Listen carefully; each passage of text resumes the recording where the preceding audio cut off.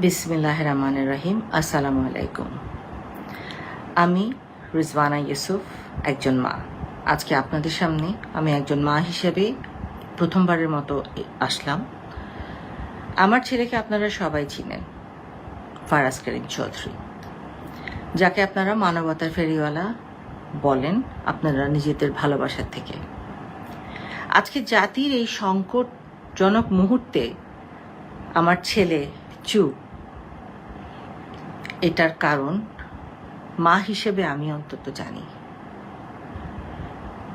সে যেই ত্যাগ স্বীকারটা করছে সেটা কোনো দালালির জন্য না, সেটা কোনো দলের জন্যও না, সেটা তার পারিবারিক একটা চাপের মধ্যে আছে দেখে সে আপনাদের পাশে দাঁড়াতে পারেনি। কিন্তু সে মন প্রাণ দিয়ে